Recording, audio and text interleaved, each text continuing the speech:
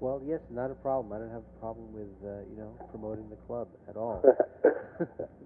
It's worth talking about the Dripping Pan itself. It's probably the most intriguingly named football ground in England. Nobody quite knows why it's called the Dripping Pan. Something to do with the shape, probably, of the ground. There are rumours that it was an old salt pan used by the monks in the priory. That is probably not true, but it probably does date back to soon after the dissolution of the monastery and the blowing up of the priory. That we do have reason to believe that it's perhaps the oldest, longest-running sports stadium in the country, originally used for jousting in the 16th century. The recent archaeological studies have suggested that something like that might be the case. We certainly know it was used for a cricket match as early as 1730. So it really is a very ancient sporting arena and a very beautiful ground still. Wow, fantastic, fantastic. Something else, I had heard that the town has its own money. Now, yeah, this is the case. I mean, it started about 3 years ago, and a group called Transition Town, which is an ecologically minded group, decided to try to promote the use of local independent shops rather than big supermarkets by minting a Lewis pound, pound notes, which you could only use in Lewis shops, in and around Lewis shops. So the idea was the currency stayed in the area and didn't go out abroad or to other parts of England to help the local economy. So in fact, I'm sitting with one right in front of me. It's got a picture of Tom Paine on it, who was one of the founding fathers of the United States of America, the man who coined the term the United States of America, in fact, who was himself a Louisian for a period before he went to America. So he's a great hero here as well.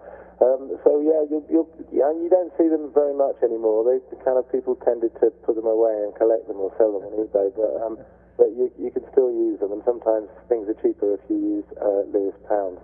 I believe you can use them to get into the football ground, but I'll have to check that. wow, okay. Well, yes, that's right. Thomas Paine, I forgot about that. A very interesting character, historical character. A few years ago, he sort of had a renaissance here as being a radical and but also a very what's what I'm looking for. Kind of saw into the future as far as people's rights and so. Yeah, well, I mean, he wrote the Rights of Man, for example, shortly after arriving in America. Very much a radical who came into a radical town. Lewis was already a fairly radical town when he came into it, and we like to believe that a lot of his thoughts and ideas came from living in Lewis and debating. He used to debate in a club called the Headstrong Club every week. I believe they used to get very drunk, but the winner of the debate every week was given a book of Homer's Iliad, which he had to take home, and apparently Paine won it every week.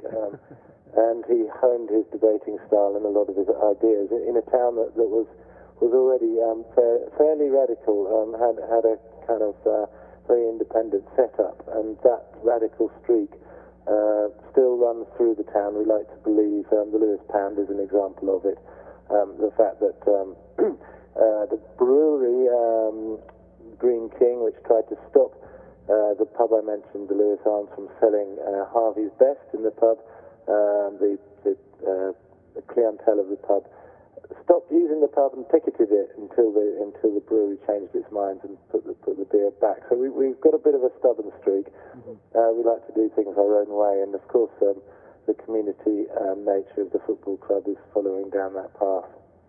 Yes, I saw that. I think when people use the word radical, it just has different connotations. But I think my understanding is independent and free thought and thinking. That would be the radical that you're talking about, not just Yeah, I guess independent, not afraid to try something new and different.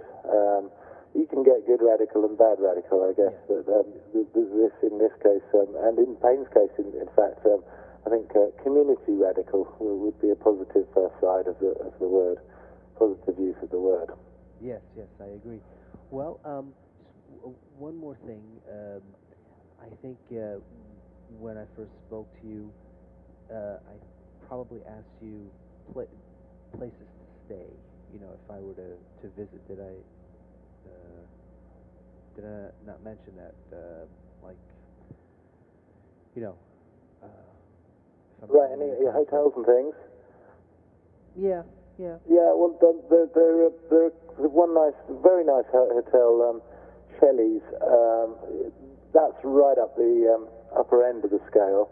But if you want glamour and chandeliers and a place where Marilyn Monroe has stayed in her time in the 50s, the Shelley's is the sort of place that you'd like to go for if you've got a bit of cash to spend. If not, there are a number of little bed and breakfasts in tiny little cottages, some of them at the foot of the castle, which are very pleasant, and you can probably get a room for around, don't quote me on this, but around 50 quid with bed and breakfast. And it's it's not a raucous town, but the nightlife's fairly good if you like a chat in the pub, so it's worth staying around after the game as well. Good. No, that's good to hear. We may have some fans who want to stick around, or as this podcast goes overseas, people might be making their vacation plans, and they'll remember it. Right. Yeah. Well, Lewis is a great base for walkers because we're in the middle of the South Downs. The hills are, the town is built in the South Downs, which is a range of green hills, lovely round green hills, which are excellent walking, and you can walk right across the south coast. We're just inland from the coast, but you can walk along to the white cliffs of New Haven and Seaford, which are very spectacular, just as spectacular as the ones in Dover, a few miles away. We're also very near Brighton. It's only 15 minutes on the train to Brighton. And that's a very happening city, and an hour away from London. So it's a very well placed town for any. And here's me with my PR hat on for anybody who wants to come and visit. Sure. And I wouldn't want to end our conversation without talking about the festival in November, right? The burning of effigies.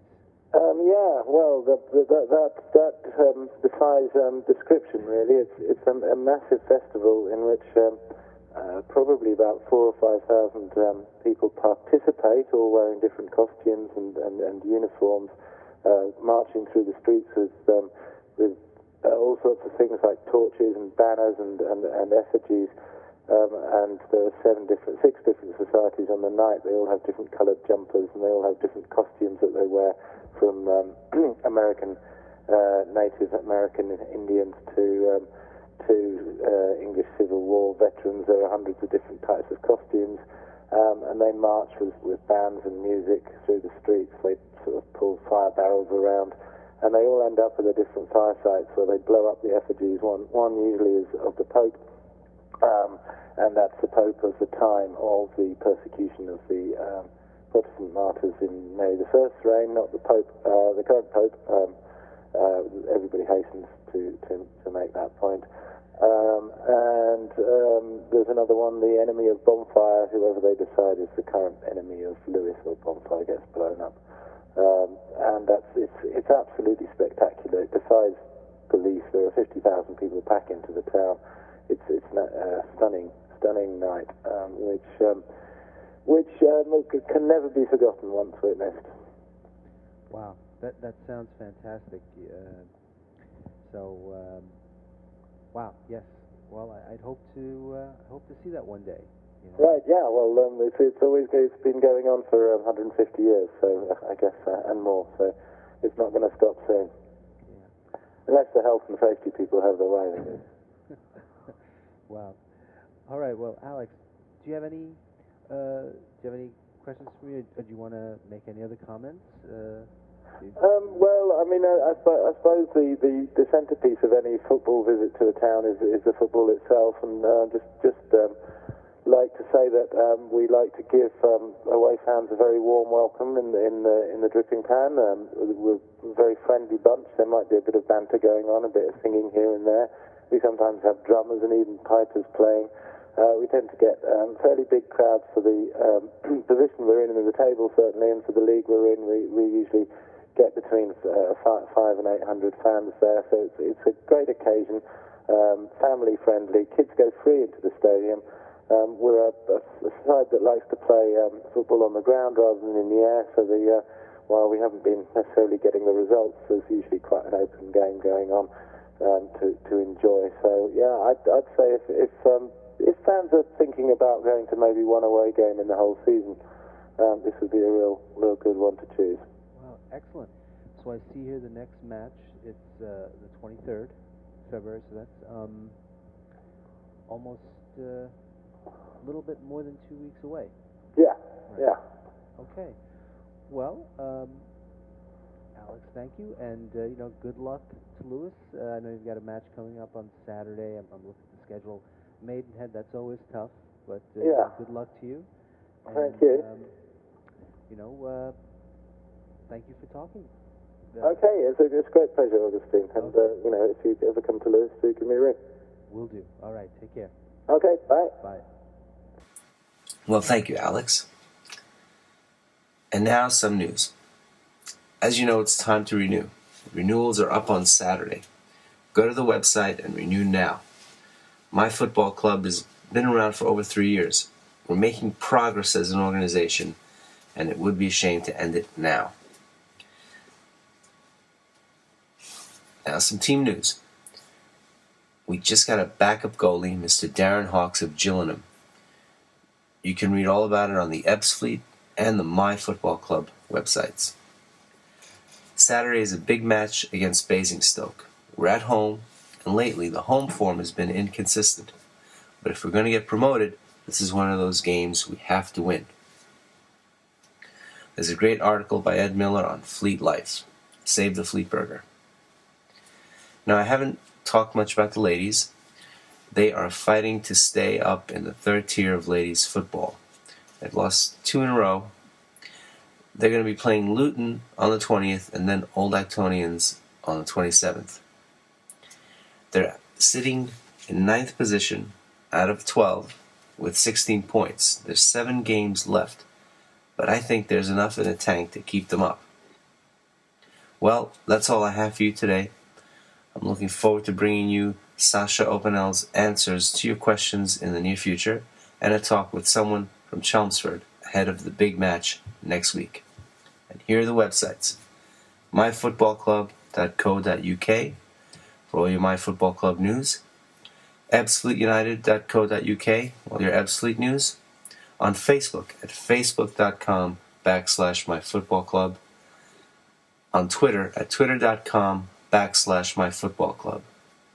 You can get MyFC merchandise at myfootballclub.bigcartel.com.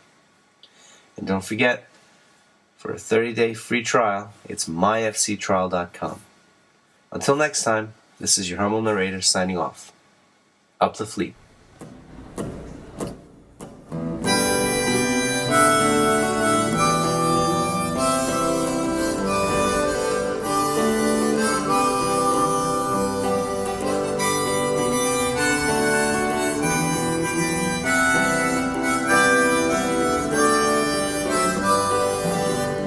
In the year of 39, assembled here the volunteers in the days when lands were few, and the ship sailed out into the blue and thus the more sweetest side of her sea.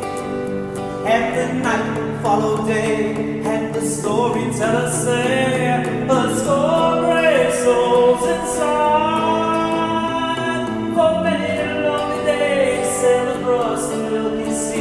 never look back, never fear, never cry.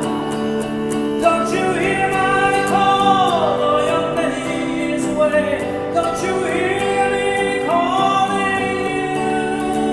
Write your letters in the sand for the day I take your hand in the land that our grandchildren knew.